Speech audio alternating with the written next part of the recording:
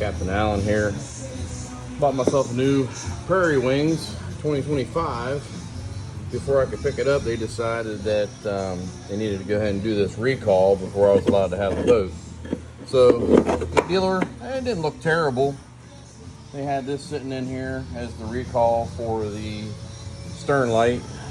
Many of you know the stern light was mounted there. Evidently it was leaking down through, and as you can see, if you look down through it, I can see why water was running down through and then into the hull of the boat and ruining electrical. So, good catch. Not a big fan of their fix though. So their recall fix was to fill this thing up with foam, pull the old one out, fill it up with foam, mount it on this plate that these guys modified quite a bit, and well, I just took it all off. The more I stared at it, I thought, water's gonna get in behind that. Where is it gonna go? And the more I thought about it, the more it drove me crazy. So I pulled it apart, and they put these really cheap, I don't even think they're stainless screws in there. They mount here and here. They go down through these brackets. And then they mounted this in this fashion, which points to the front of the boat, and every time you take off, this lid flies open. Not that it's a pain, but it just drives me crazy.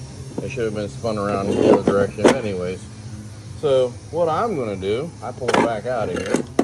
I'm gonna fill that baby up with 5200, what should have been in there, not cheap ass Lowe's spray foam.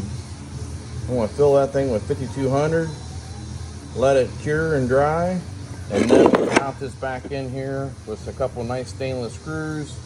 I'm going to spin this 180 degrees so that the flap pulls forward.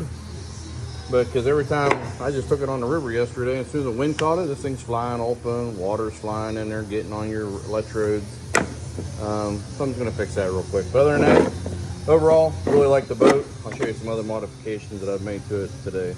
Thanks.